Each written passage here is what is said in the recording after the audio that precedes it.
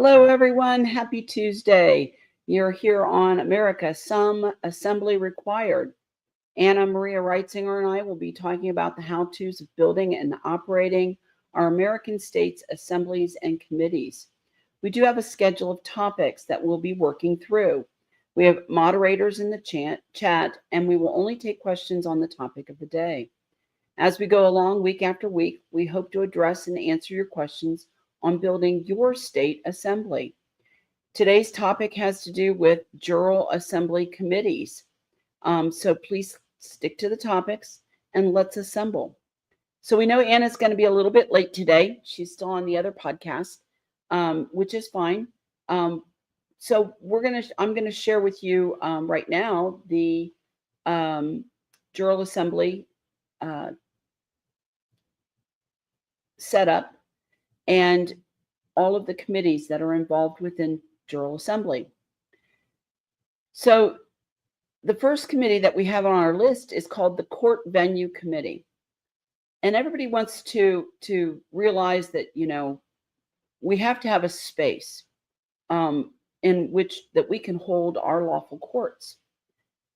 And some of those courts could be done, say, on Zoom. In a way, the de facto really helped us in terms of setting up Zoom court during COVID. And they assisted us in being able to have that option for our courts. And eventually we're going to be looking at having courts on each of our counties. And when that happens, we do have the ability then to have a physical space on each county. We have a lot of public buildings that actually do belong to all of us as well. We paid for them. Our parents paid for them. Our grandparents paid for them. And so as we explore the different committees, you need to keep in mind that those assets are ours as well. So Anna has joined us, so I'm going to bring her on stage here. And hi, Anna. Hi. How are you? I'm showing that I still have 2 minutes to get here. Nope, your clock is slow. Really? It's supposed yes. to be an atomic clock. It must be the shift in the polls, right? I don't know. It shows 10:34 here. I'm supposed to show up at 10:30, right? Right. Okay. Right. So. All right. So I've got two different clocks, and they're both supposed to be atomic clocks. One that says it's 10:28, and one that says it's 10:34. I'm sorry. That's okay. We just got started. So what I was doing was I was explaining that we were going to start with the Jural Assembly committees today and talk about those. And so starting with our Court Venue Committee, and I was letting know, during COVID, the de facto really kind of did us a favor, because what they did is they set up the precedent that we could hold court via Zoom meeting if need be. And so that was kind of a nice luxury to be able to give us, and assisted us with the technology. And but then we own so many public buildings as well, libraries, schools, and here east of the Mississippi, there are lots of old historic courthouses that have been restored, and all of their courtrooms are actually set up for common law courts. They are, and you can rent them. Yes, they rent them out for meetings and all types of things in our counties. So, right. But why are we renting when we actually own the building? We have a little argument with their state trust system on that. But in the meantime, they rent the building. Isn't that really interesting to know? These courts, which are actually groups of people, lawyers and judges in their system, rent the space from us, but the state trust gets in the middle and takes the money for us. Okay, so we're stuck with a situation where if we want to use our own court buildings, our own courthouses, we have to rent from the state trust, which is supposedly for us. More bullshit. Anyway. Yes, exactly. But they are all set up. They're already all set up for our common law courts. So they make a really nice venue with being able to make the arrangements. And so the court venue committee actually can go and begin to find these spaces, calendar, put them on the calendar as they're needed for our courts to operate within. Right. And then they begin to the process of renting our own spaces back to us. Or you can hold court in a public park. Oh, yeah. Or you can hold court in a, just a corporate building. We have held court in the atrium of the IRS office. We've held court out on the mountain slopes, just so you can hold court anywhere you want to hold court. And the court venue committee is just looking for a facility that's large enough, that's dry enough. But really, your choice of the location of a court is yours. And of course, with the court venue committee, they're also making sure that anyone who is involved in the court, like the jurors, they have an appropriate space to do their deliberations, that they've also, depending on how much time a case takes, they may have to provide, some sustenance, a little food or a little drink or water or whatever, the creature comforts. And right. if it's something a little bit longer than that, where maybe a jury has a big case they're deliberating and they get what we call sequestered, then they also have to provide lodging for them if it's the possibility of overnight or a sequestering where they can't, have interaction with the rest of the public during that time. Yep. So, yeah.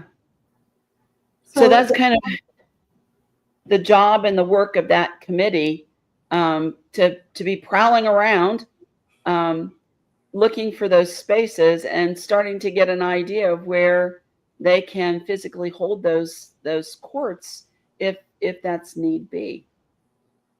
So, well, one thing we know that is convenient to know that in all the years that we have conducted trials, none of the agencies and none of the departments and none of their people ever show up.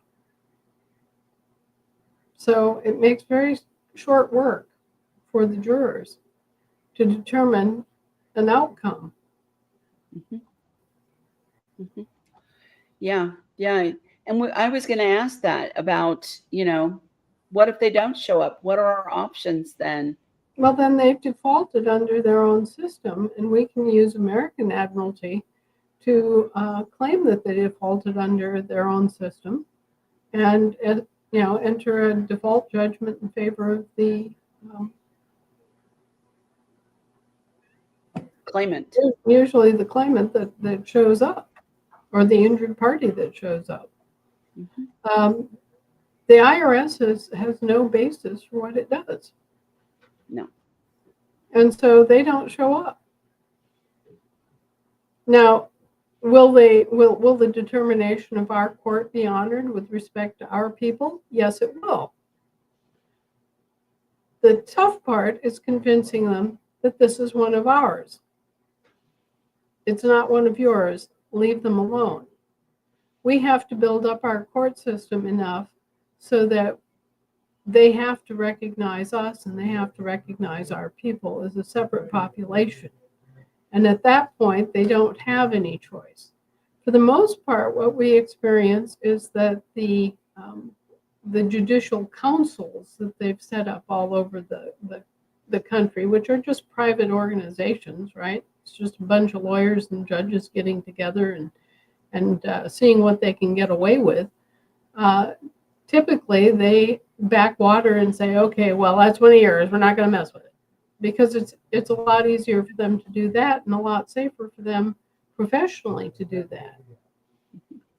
So you wind up with this grudging acceptance of the fact that, yes, we do have concurrent general jurisdiction. Okay, we have concurrent general jurisdiction over our assets and our affairs and our people, just as they have a jurisdiction over their citizenry and territorial jurisdiction. So, bit by bit and piece by piece, we are forcing those realizations to come home to the bureaucracy. And it's not universal. I mean, you're still going to have pockets of corruption that are going to need to be cleaned out. You're still going to have some judges that are in on the fix and who want to continue receiving large amounts of money that they didn't earn via illegal profiteering, organizational activities that are, not only illegal and unlawful, but immoral. You're going to find people like that. They exist. But overall, we have made really good inroads into the legal profession, and we have convinced a very significant number of the judges and bar attorneys that they're better off just keeping their nose clean. Yes, yes. So I'm going to put that back up. And we have law education. Boy, that committee, we can't have enough education, can we, on our assemblies? But really focused on, trying to help people learn what to do as a juror. Because when you're a juror, you're both prosecutor and juror now. You kind of have an investigation arm that you have to do, and you have to be looking out for that, right? And so the law education is maybe you have some resources, Anna, you would love to recommend for our law education committees that they can kind of utilize along the way.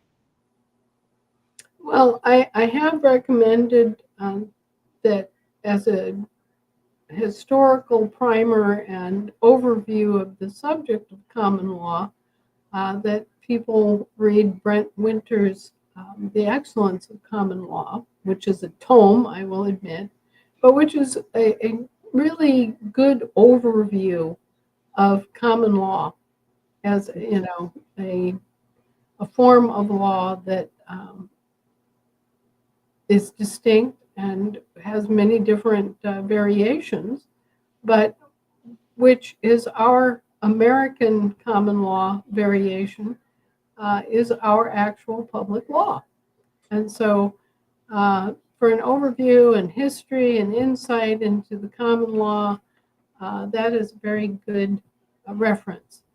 I've also suggested that people who aren't interested in reading thousands of pages could reference a small, almost pamphlet-like book, 100 pages, 100 small pages, half pages, by Kevin Annett, who, as part of his international tribunal regarding crimes of church and state, wrote an excellent juror's handbook to explain the basics of common law in a kind of quick and dirty way so that you can actually go from 0 to 60 rather rapidly and understand the function of common law and the sentient part of the history that you have to have, the nuts and bolts.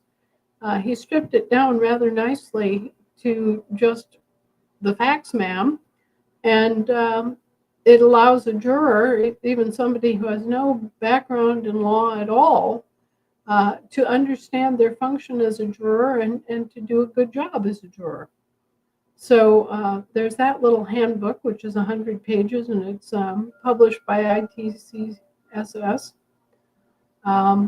Kevin Annett, again, who has become very famous for his work in opposition and exposure of the residential school genocide that took place against Native American families and children.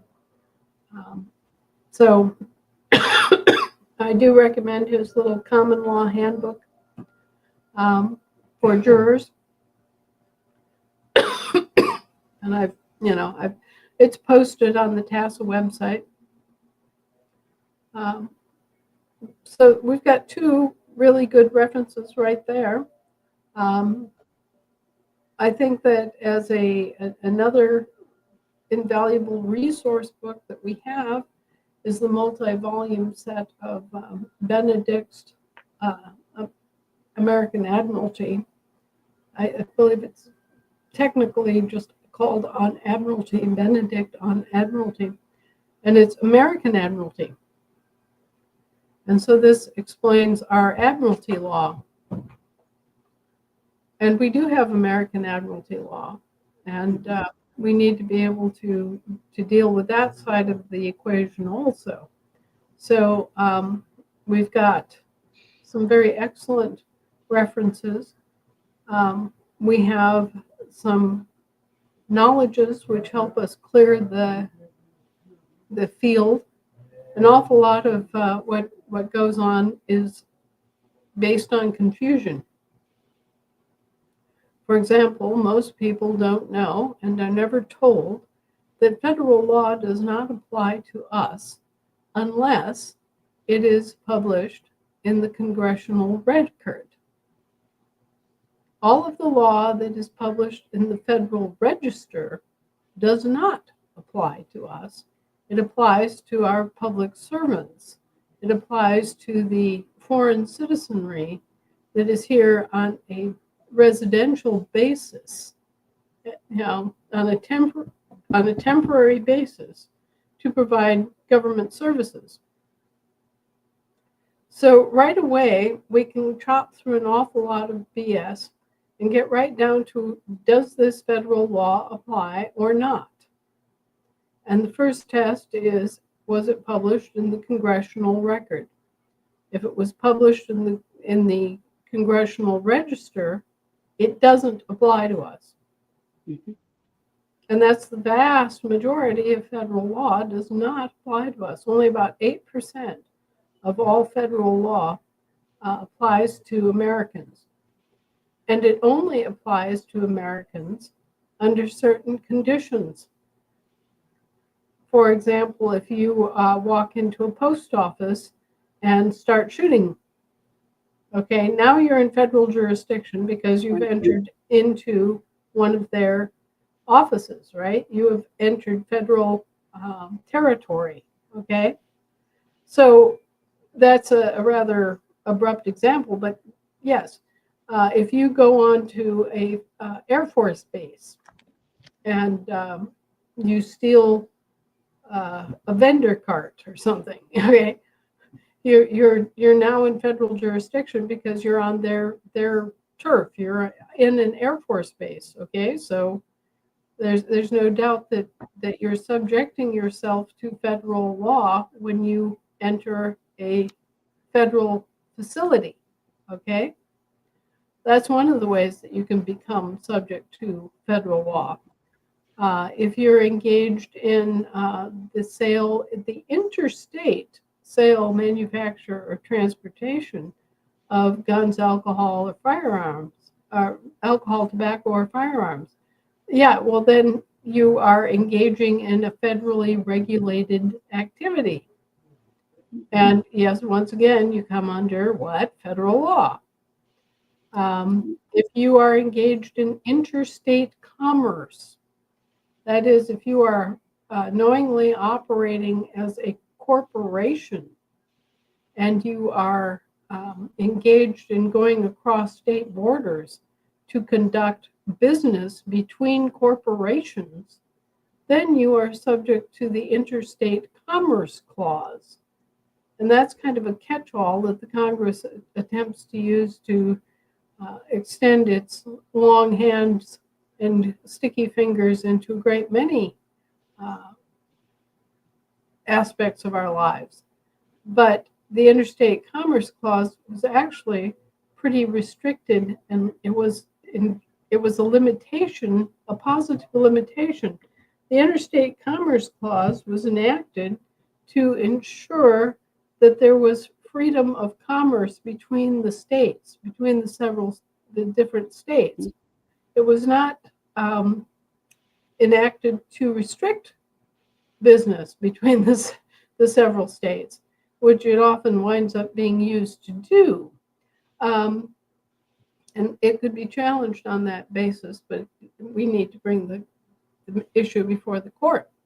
But anyway, the Interstate Commerce Clause is used as a catch-all to assert federal jurisdiction and federal authority over things that it really doesn't have. And so unless you actually are engaged in interstate commerce, the federal government shouldn't be saying anything to you at all. And as most of us are operating in a private capacity and engaged in international trade instead, they doubly shouldn't say anything to us, but they do. But anyway, we can cut through all the mustard here and actually examine whether or not we are engaged in a federally regulated activity or not, and be prepared to argue that successfully. Now, the courts have a motivation to convict as many people or as many persons as they possibly can. They've been conducting lawfare on this country for over 150 years, and they've gotten rather good at it. The territorial government and its court system arbitrarily declares all municipal citizens to be guilty and to be criminals by definition. So when they have a municipal citizen in their sites, which is any all capital letter name dependent, they've already got a conviction against that person by definition. And they don't have to work at proving anything or examining any facts. They simply have a prejudged defendant, and they can do what they like with them. And that's why the courts are so arbitrary. And that's why it doesn't do you any good to argue anything in front of them. They already have a conviction. They have a convicted criminal in the docket, and they can take whatever action they deem necessary against that defendant. The issue that we have to bring forward is that we're not that defendant, and we're not a foreign citizen. And we're not accepting solicitations from foreign courts. Right. And what a lot of people don't realize is that, this also applies to places like airports and ports. And when we're on that territory, we're on federal territory at that point. Right. And we have to, make sure that that's why they can come in and remove you from a plane, or, charge you with assault for pushing your way through a crowd and trying to get either to the gate or to a restaurant or something. And that's part of the reason is that they're on federal territory. So I always tell everybody, remember to behave yourself when you're there. You're under their rules and their and some of their laws when you're in those particular spaces. Right. However, well, that's what the January 6ers came up against. Right. They entered municipal territory, right? So, pardon me, they were under municipal law, and so they were charged under municipal law. There are just all sorts of different issues like that, but the sharper we get in law education so that people know which laws apply to them and which don't apply to them, the better. And the more that we study the law and know what our law is versus their law, then things become ever so much simpler. Right. So that, that's a good overview at federal.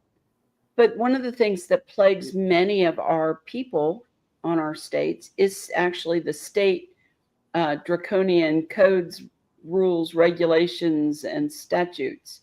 So how do we discern what really does apply to us and what doesn't? Well, the first and foremost business of this is that what we're dealing with now are state incorporated franchises of the District of Columbia parent corporations. So there aren't any state courts properly, except our state courts that we're manning and staffing now. The state court is just a franchise of the federal parent, and it has all the same rules, regulations, and limitations as the state parent corporation. Just like a Dairy Queen franchise in Oklahoma is the same as a Dairy Queen franchise in France or in Oregon. It's the same thing. This is how we get this crazy making situation of the British defining a state of Israel incorporated and trying to foist that off as our 51st state, because, they create a new franchise, a new Dairy Queen franchise. They can do that anywhere all over the world, right? They could have a state of Israel, a state of South Africa, a state of Zimbabwe, they can do Puerto Rico. Yeah, they could do a state here, there, and everywhere. And as a corporation, they could get away with that, even though it has nothing to do with us or our states of the Union. But anyway, it's the same way with the state of Oregon court. It is a foreign court. It is an incorporated entity that is a franchise organization of a federal parent corporation, so it operates as a federal entity. So the state courts are federal, in fact, and you can prove that, and you can deny them any ability, any jurisdiction over you. You have to be aware of who you are. You have to be aware of what they are. You have to be able to prove it, stand on your feet and spit it back into their system for them. But actually, those state courts have the same limitations as the federal courts. There are also state trust courts, which anyone can operate, including us, because the actual government has been vacated for so long. These state trust courts are there on a, what would you even call it? As a sort of like an arbitration service, okay? Mm-hmm. So you have state trust courts, and that's, confusing to people because you've got, for example, the Alaska State Court. I can walk into the Alaska State Court and operate it because it's a trust court. Okay. You see? And then finally, we have the Alaska court, which is not, it's the actual state court. It's not a state trust court. It's not a state of state court, right? It's the real deal. And so we have the Alaska court, period. And people are always kind of taken back. It's like they want it to be something grander and have a bigger title or something. But the truth is always simple. It's the lies that are complex. And so you always want to choose the simplest possible name for things and the simplest possible expression in your words. That is what is most effective in all respects, all across the board. And so the more precise we are about our words and the simpler we keep it, the better and the more power that our court or our action has. I mean, buckshot and a 12-pound cannon may have the same ultimate effect, but it's going to require a whole different process, isn't it? Yes, it does. So within law education, you know, we have to look at the various aspects, the admiralty law, our common law, our property rights, which are a very basic difference between our common law and common law, say Britain or Canada.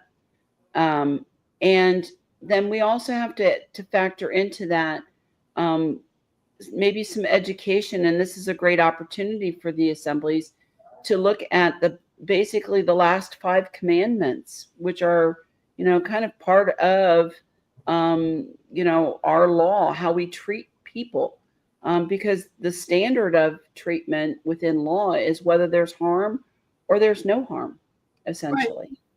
Right. Anything that doesn't cause harm is allowed. But if you cause harm to another living being or their property, then and can prove that you're injured, then there's an issue.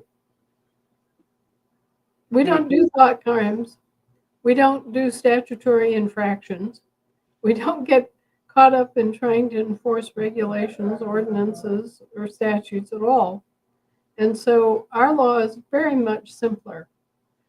They have 80 million different statutes and ordinances and regulations. We have less than 10. Okay. So, yeah, basically, we're just looking at injuries and whether or not some sort of compensation or justice is due. Correct.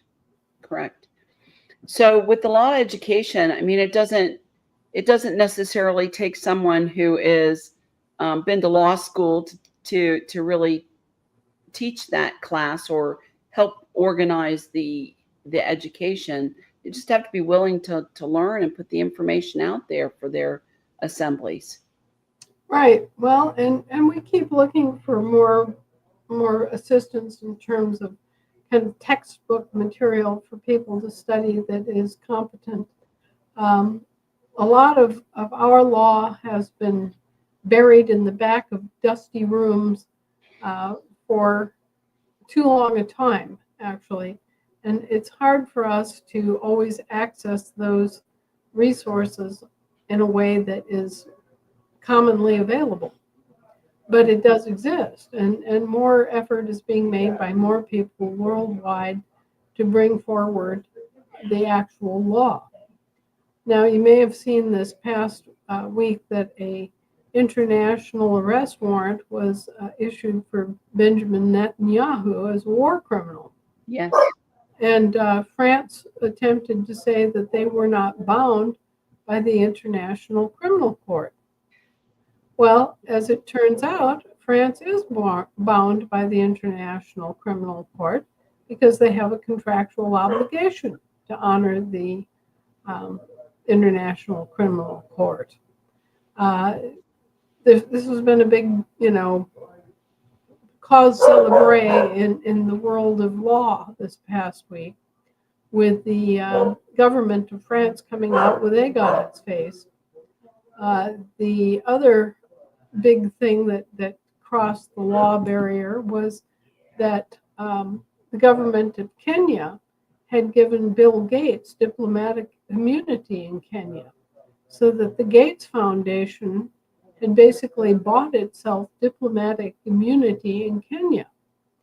And then, the Kenyan Law Society brought suit because this was an abuse of government power.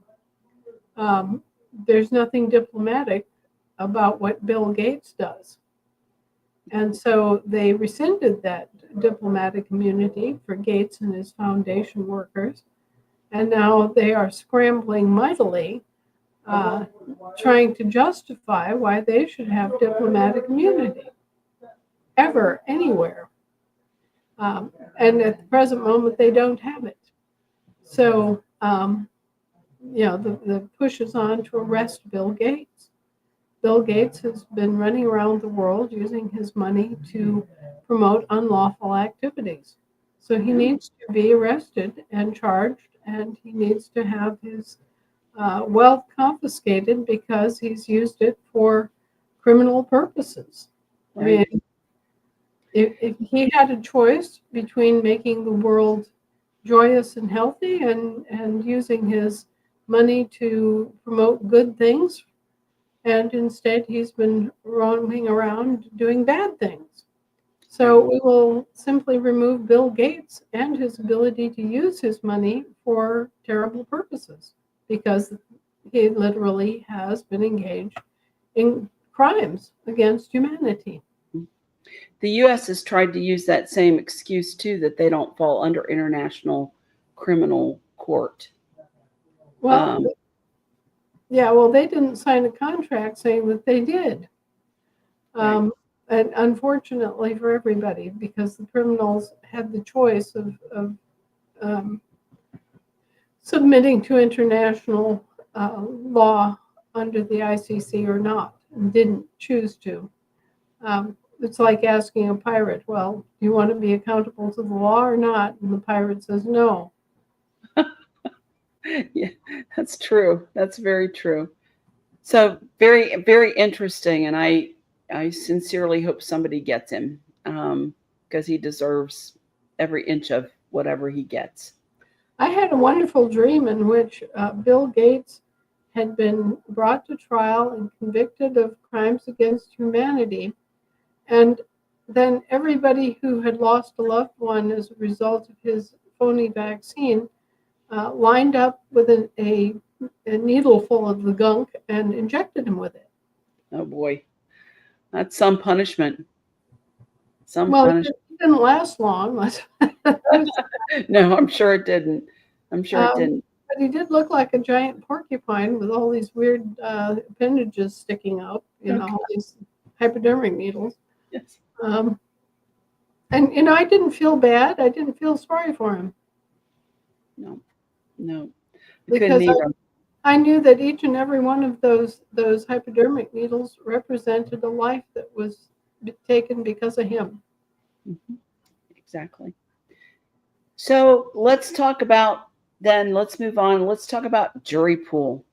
This is kind of an interesting committee because, everybody thinks jury pool was, well, pull out your hat and let's draw a name out of the hat, right? Well, it is and it isn't.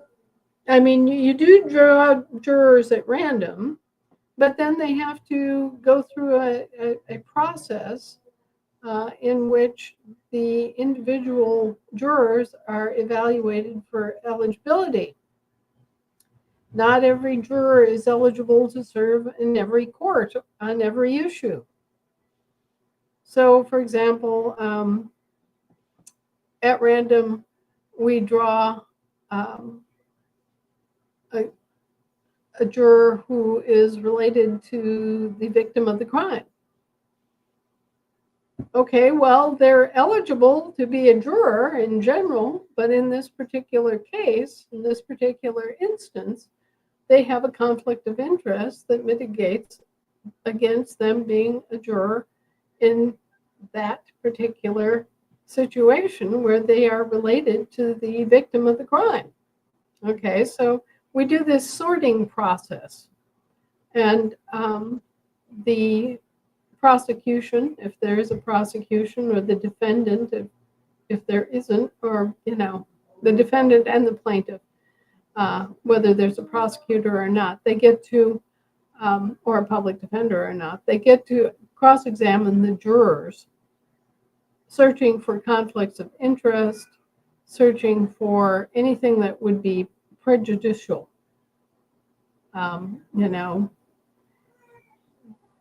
Sometimes, like, the classic examples in the Deep South were, if a black man was on trial for robbing a white store owner, classic juror questions would be, do you have any prejudicial beliefs based on race. You know, do you think that black people are more criminal than white people? You know, things of that nature would be asked to qualify jurors, to try to find jurors who were able and willing to look at the facts apart with, you know, without racial prejudice entering into it. So anyway, there are all these things that can hamper a juror's ability to function in a logical and dispassionate, fair way. And that's why the jury interviews take place. And these questions are asked of individuals in an effort to weed out people that have a conflict of interest that would prejudice their decision making. So we do draw jurors at random, but we also put them through this jury interview process. Right. So you probably wouldn't make a good juror on Bill Gates's trial, right? No, I would be lousy. But I'd make a great executioner. So anyhow, as we work through the jury pool, you know, a couple of the things that we've read is that, you know, that jury pool is basically almost in a way elected. And we had read where there was a 6 months, they would serve 6 months, but they couldn't serve more than 2 6 months in 24 months. So if you break it up into 4 sections, they couldn't serve more than 2 times within 24 months in any way that you would write that. So you're trying to circulate that throughout your assembly. Well, that's coming from their system, not ours. Our system Okay. doesn't have that kind of a restriction or schedule. Okay. Our system is much more informal because it is much simpler. The entire system is much, much simpler. And so beyond the business of someone having a conflict of interest, we are pretty open about who serves as jurors. And if we don't have enough jurors, we'll even go out on the street and grab somebody by the collar as a talesman and bring them in and put them through the query process, the jury questions. And if they are amenable to serving, and if they are you know, eligible to stand as an ASN, whether or not they have joined their assembly, they can take part in a trial. And there are some notable cases, and one of them is the Credit River decision, in which First National Bank of Montgomery took on Jerome Daly over a mortgage in St. Croix, Minnesota. And the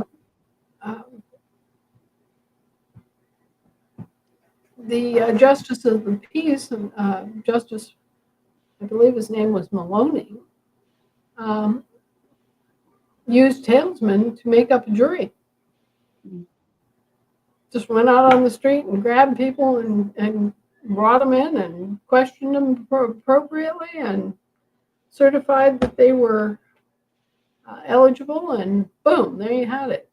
So we can even go out in the general public and find talesmen to fill up one of our juries if we need to. We do not have to draw entirely from assembly members. If we don't have enough assembly members, we can still conduct justice. Right.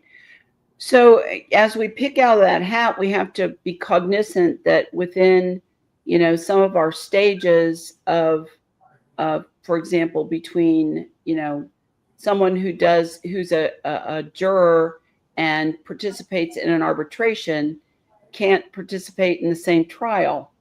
Somebody who is on a grand jury can't be on the trial jury as well. So Right. That's where the rotation comes in for our jury pools that we have to be aware of. Right. I'm just saying that, our system is very simple, and we can even bring in people from the general public as long as they're not employed by the federal government, not a dependent of a federal employee, and willing to serve, if they can qualify as an ASN, whether or not they've done so.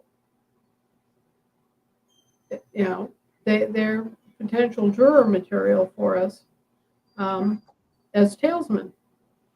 When is it appropriate that you have a jury of basically only American state citizens or citizen eligibles? That's where you are dealing with an international case.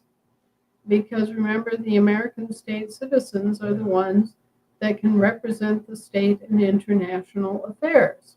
Mm-hmm. So if you have an international case that comes up between different states or different nations, then you have a situation where the American state citizens would be the ones acting as jurors. Is that also applicable then when you have a state of state in your court or a federal employee in your court? Well, in those cases, it goes to district court for their resolution on their properties. Okay. They have their law, we have our law. And except in those instances where there's a violation of constitutional contract, it's really not something that we address. Their internal workings we leave to them, and our internal workings they leave to us. I see. So there's kind of a quid pro quo there, where if it's not a constitutional issue, we really don't have a contract with them. Mm-hmm. Okay. All right. All right. So generally, I hear questions all the time about, all right, what's the numbers on the court that we need to have? So trial juries are 12. Grand juries are 24. No, 12. With an extra person, an extra 13th member who's kind of like a juror in waiting, who is observing the case as a juror, but not directly serving as a juror. They're brought along and they're kept up to date on what's going on in the event that a juror drops dead of a heart attack, or a juror has to stop and go to a different state to take care of their dying mother. So if you want to be strict about it, you need 26 jury members to fill out a trial jury and a grand jury. Okay. All right. And then you need court officers. Mm-hmm. Of course. And that's given that you also may have to consider, if it moves from an arbitration case, then you've got 3 arbiters who are jurors, basically, that are in there for that. So that's essentially a minimum of 29 in a cycle, right? Right. I often compare it to a softball team. Okay. You got to get your softball teams together in order to do this. It's about the same number of people, and it's about the same number of complexities, so there's really no excuse for us not to do it. But right. And I think that what I'm driving at, and the reason I'm asking those questions, is to make sure that we've got enough that when we put our courts up and we say our courts are operating, that we can rotate through, or that we've got enough people involved that we can, make sure that the process with our jurors is unimpeachable, that we've got enough people to rotate through in that weren't involved on that trial that also need to be involved in that trial. You can't do that. Right. So, well, ideally, if we had at least 60 people who are ready to go as jurors, that would be ideal. But remember, if we don't have 60 people to go and we get backed up against a situation where, you know, we've got too few people and we have grand jury members serving on the trial juries of, you know, where we have a problem like that, we can go out and nab jurors off the street. Sure. Absolutely. Okay.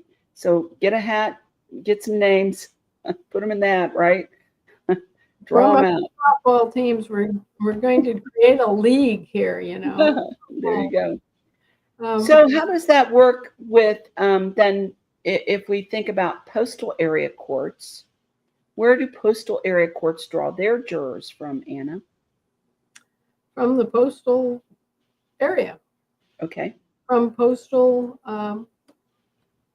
well, essentially in that system, anyone is a postmaster. Just like everybody's a banker, just like everybody's a lawyer, everybody is a doctor. In the realm of the occupation of common right, we all have the ability and the it's our prerogative to serve. Okay.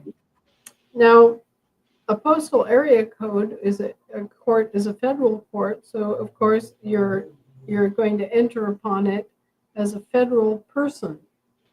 Now, our federal republic is not functioning. The American Federal Republic is not functioning.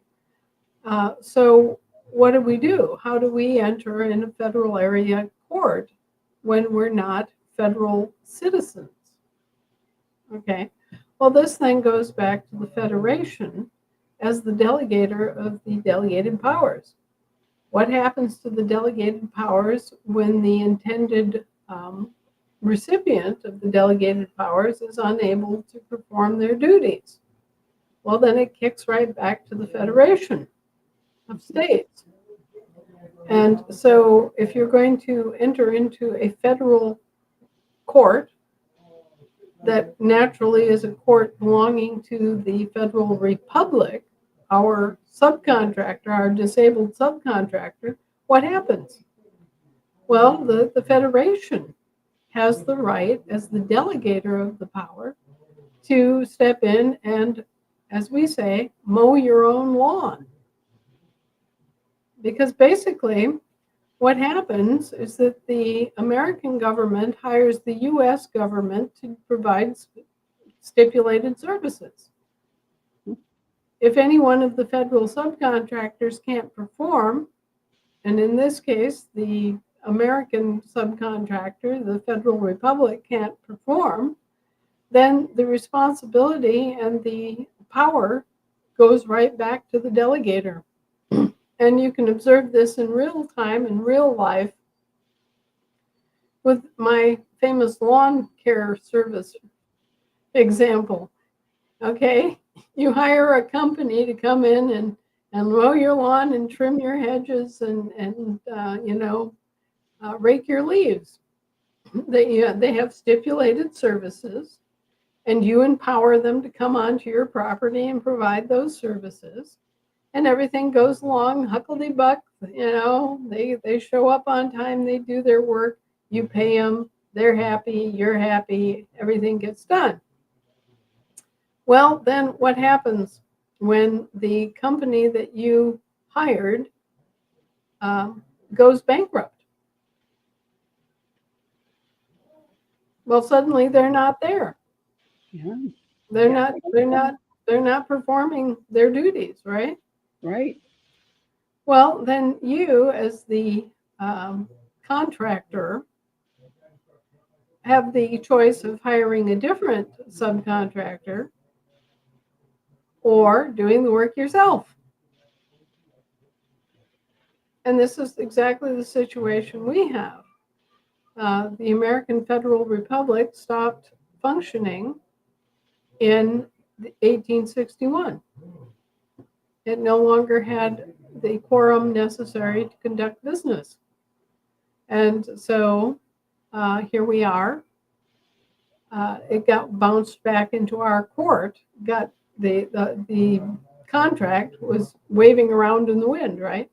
Well, actually, the Federation has always had the right to perform those duties itself.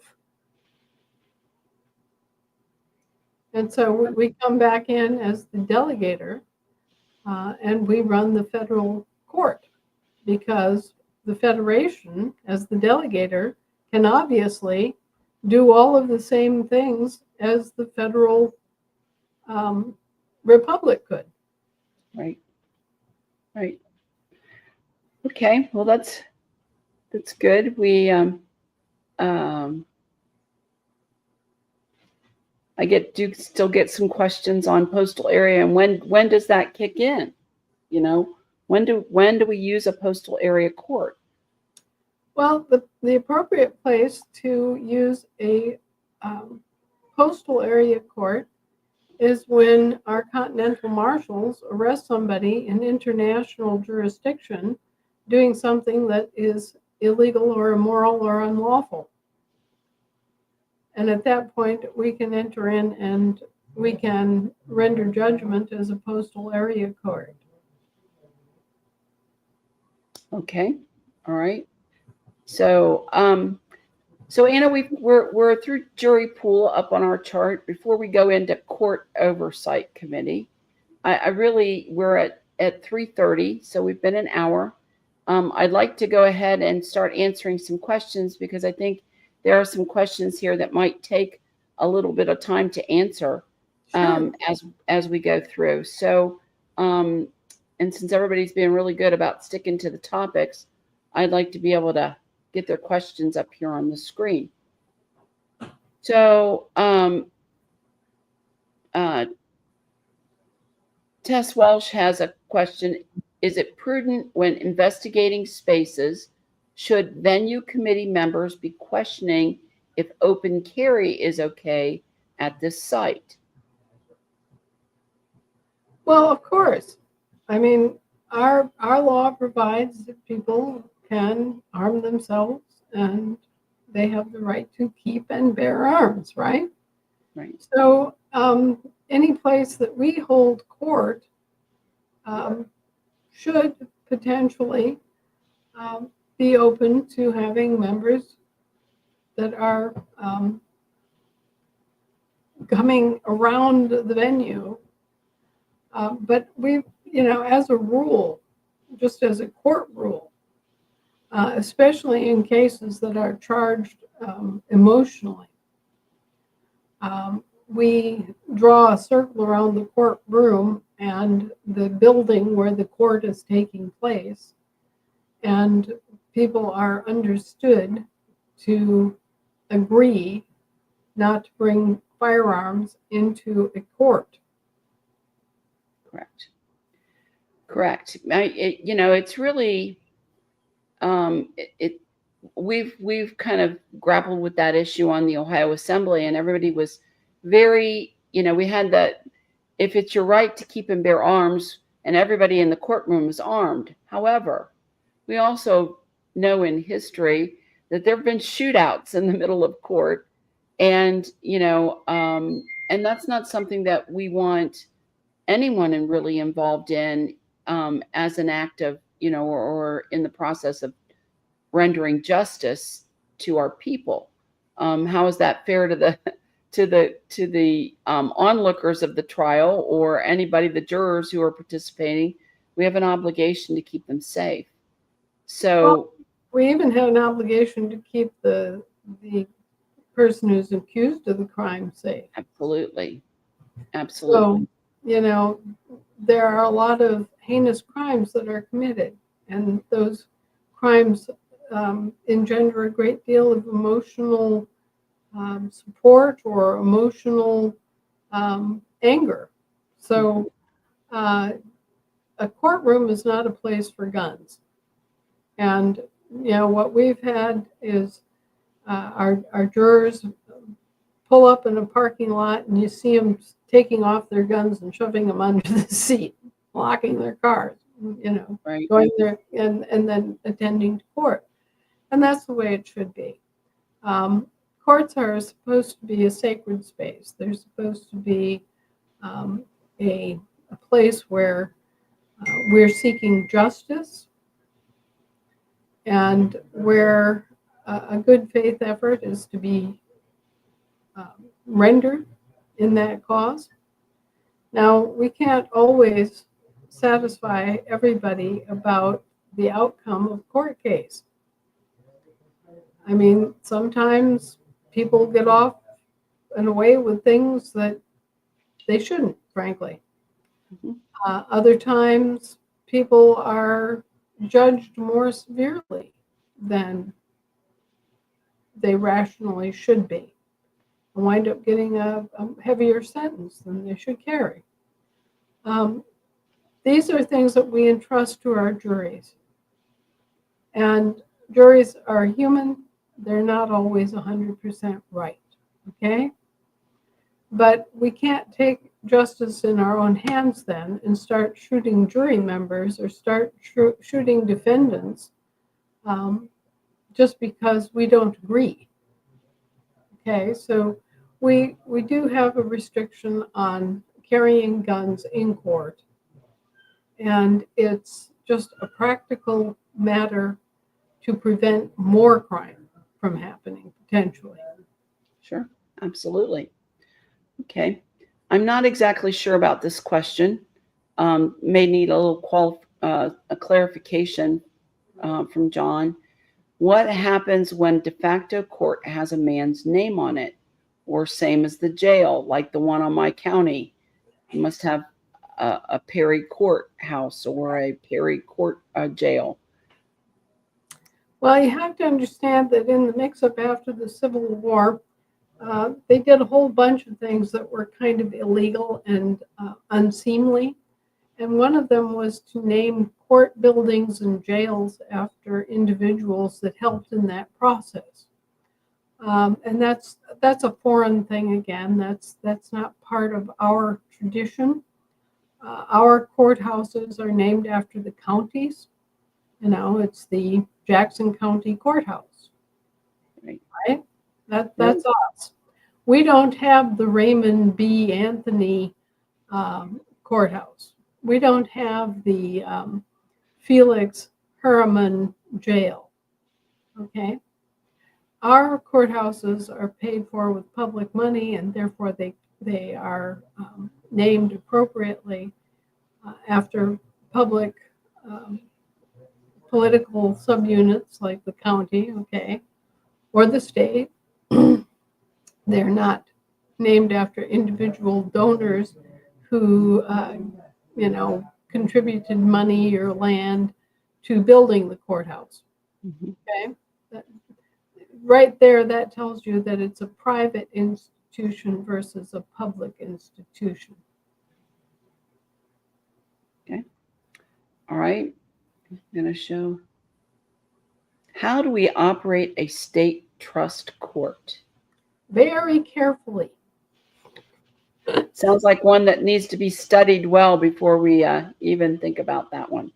Well, you see, it's a hot potato issue because they don't have any kind of contract to operate the state trust. And we could easily enter into a contract situation if we aren't careful with that. Well, or we could wind up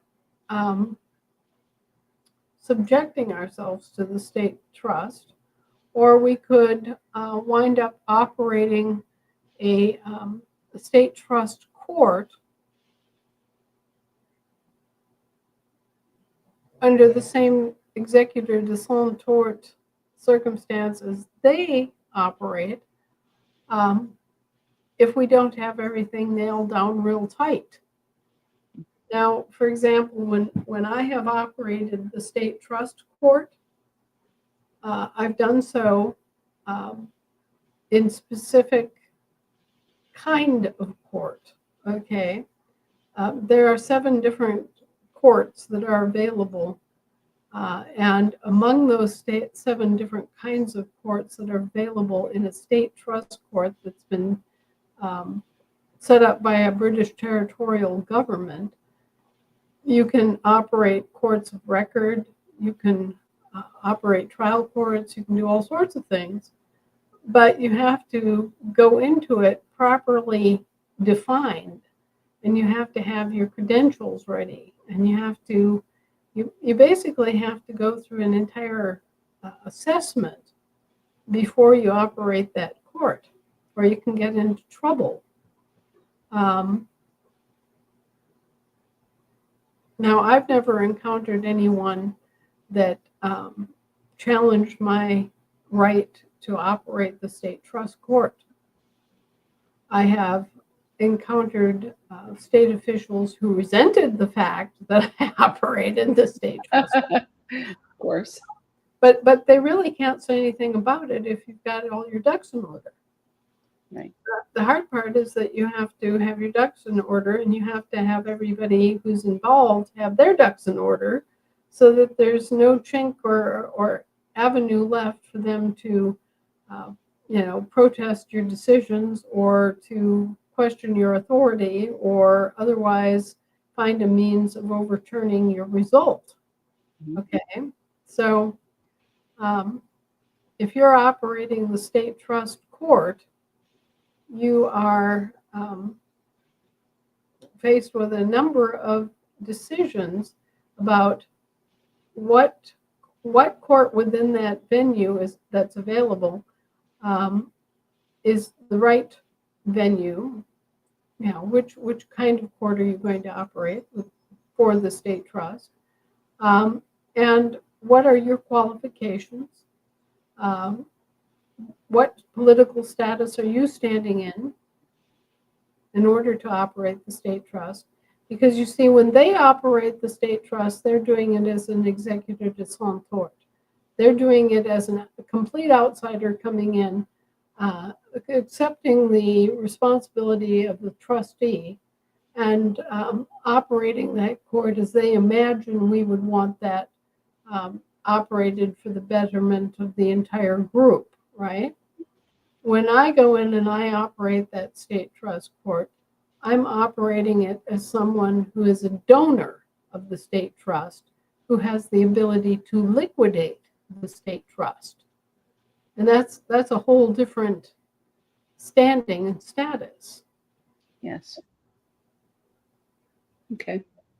All right. So it sounds like it's a little more involved and involves a lot of study and, possibly, being able to get the right credentials to do that as well. Well, the very first thing you have to realize is that they set up this state trust without any authority to do so. They claimed it was an emergency measure that had to be undertaken because the state of states were in bankruptcy. But the states weren't in bankruptcy. So really, there wasn't any reason for them to set up a state trust for us and to presume that we were all donors to the state trust. These are insupportable presumptions that were made way back when and never really announced to the public. This was all done kind of backdoor. And so they did this. They set up these state trusts. And we, Americans, who are actually declared, recorded, published Americans, are all presumed donors of the state trust. Well, who can collapse a trust? The donors. The donors have the ability to basically dissolve the state trust for any issue at hand. So here's the state trust. The state trust is taken title to your land, right? And if you leave it to them, they'll come in as executors de son tort, and they will administer your trust for you according to whatever is good for them. Okay? Of course. But if you instead walk in and say, I'm the donor. Oh, Well, now you have power and control over this trust that was created in your name, and you can say whatever you want to have happen and have it happen. And you don't even have to go into their court in order to do that. You can just operate the state trust court from outside of their venue, right? Outside of their courtroom, and render your decision and send them a copy. Okay. All right. So we've got another question here on, let's see here.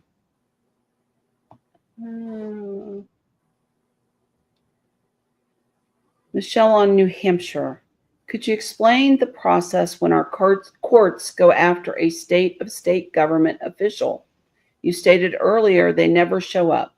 How does the process start to notify? Okay, well,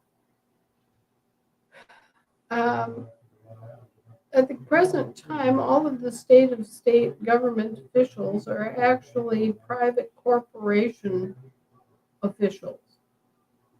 Okay, all of these things operating as state governments are in fact foreign corporate franchises. They are all like Dairy Queen franchises. Right.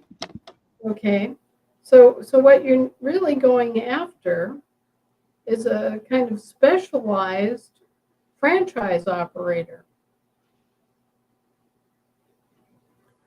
Now, they never show up because they know that they're operating in a different jurisdiction.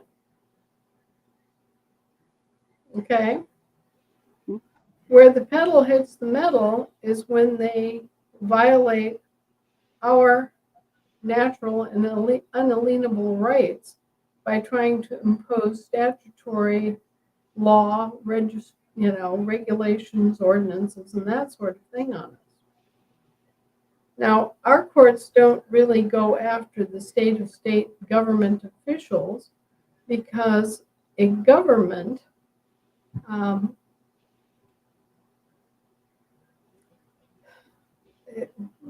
what we go after is what's been done as an injury to us, not the individual, but the injury, if that makes sense. So that you have cases where it's the people of New Hampshire versus Clyde Allen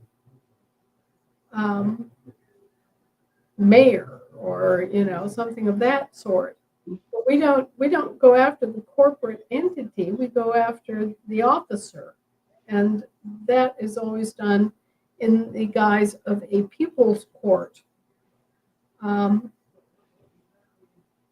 We haven't really dealt with people's court at this point.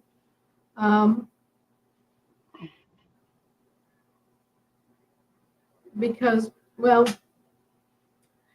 you could have people with a capital P as a plaintiff against a state territorial state official, right? Mm-hmm. But we don't have our county courts open yet. So we don't actually have instances of the people with a small p going after these officials. Mm-hmm.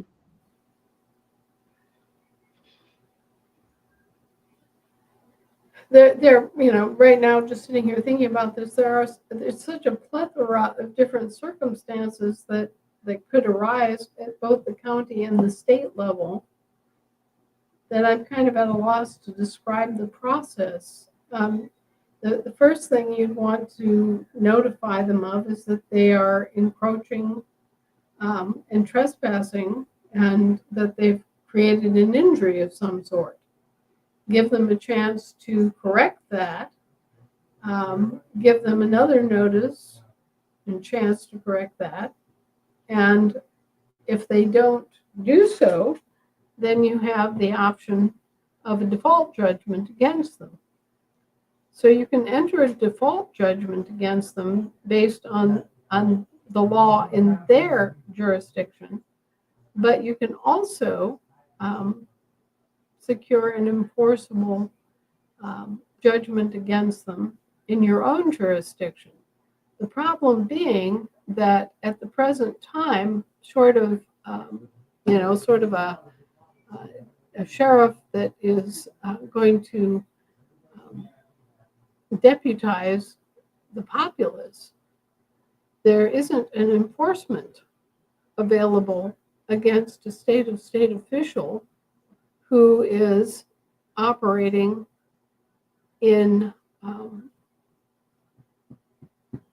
some way that's causing injury to people in the county. And that's where the living people are. Right. So anyway, that's a bigger question than you probably are ready for. Okay. All right. Great. But it does bring up the idea that because there are so many different courts that we need to be aware of and how they operate, that maybe at some point we need to do an overview of those courts and come down through and the circumstances under which we would actually operate one of those courts, so that in our law education classes, they can begin to educate the different uses of the different courts. Absolutely.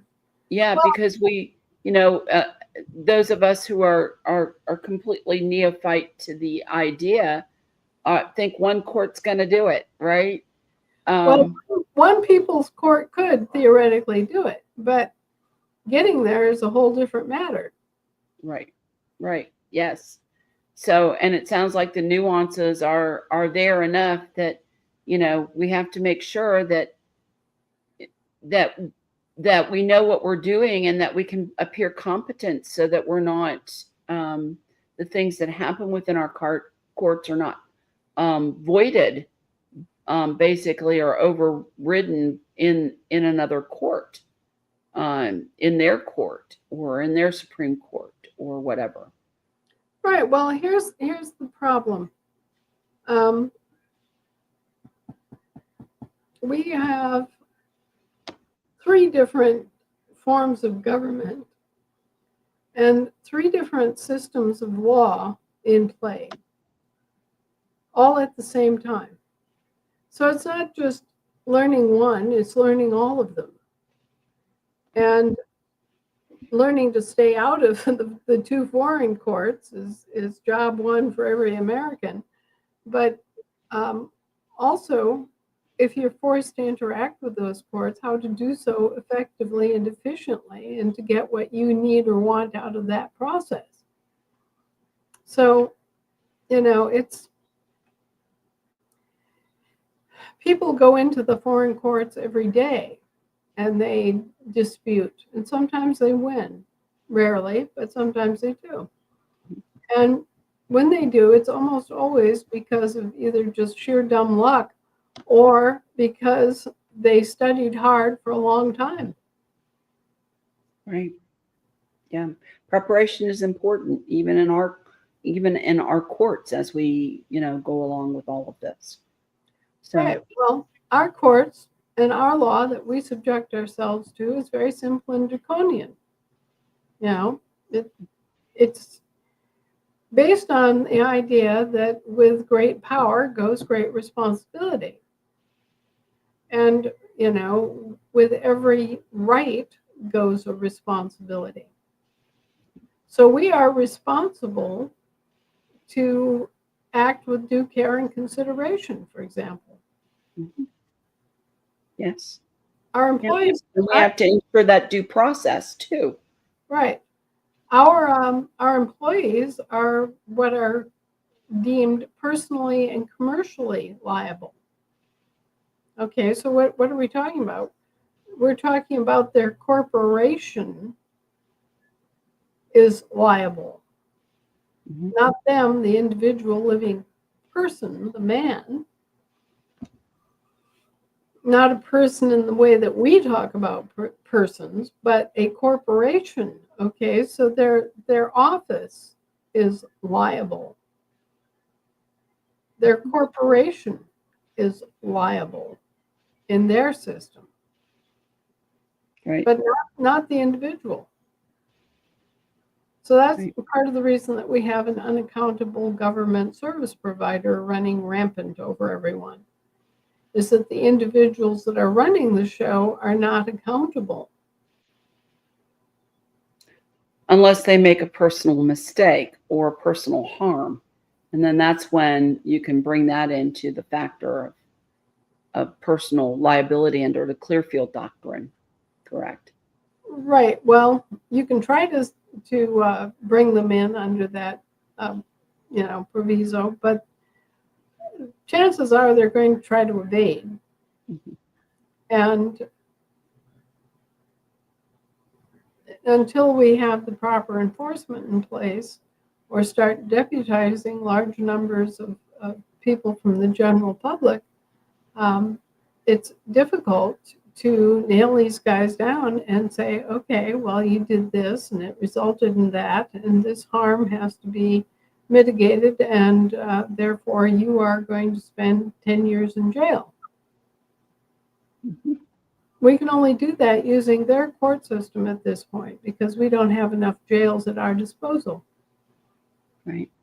Right. But that doesn't mean we're not going to get there. That's true.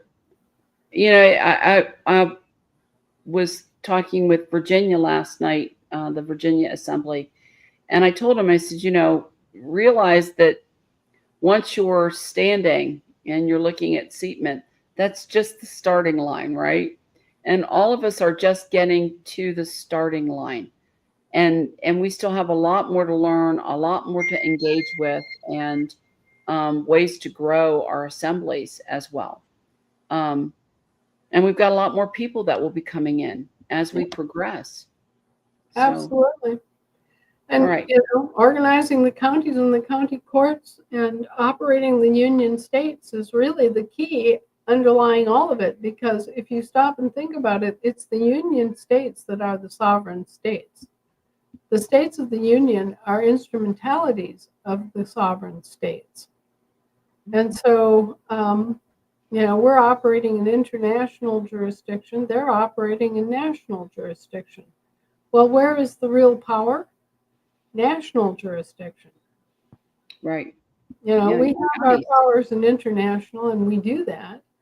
But we have to realize, all of us, as we're doing this, that as important and necessary as that is, creating the county court system and the union state system is really the end game. That's really where we're going with all this. Mm-hmm. As we say, we're going home, right? That's right. Back to the county. So we have Rave C. In the case of a default judgment where curing has been satisfied for the notice of complaint, is it possible to collapse the state trust as a donor in order to secure the judgment? Thanks. If you're the donor, if you're the complainant and the donor / right, you wouldn't even have to go through the whole process of getting a default judgment. As a donor, it's your stuff and you can do what you want with it. It's sort of like the difference between being an inheritor and being a beneficiary. Mm-hmm. Okay. All right. Well, I think we have went through just about everybody's questions and that are pertinent to today's topic.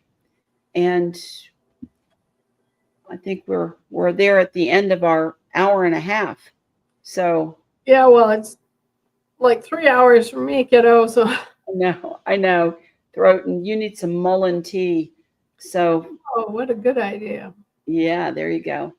get rid of that gunk that's plaguing your cough.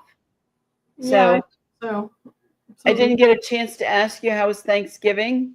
You sound like you enjoyed it, or at least it was a comedy of errors that resulted in at least a half decent celebration.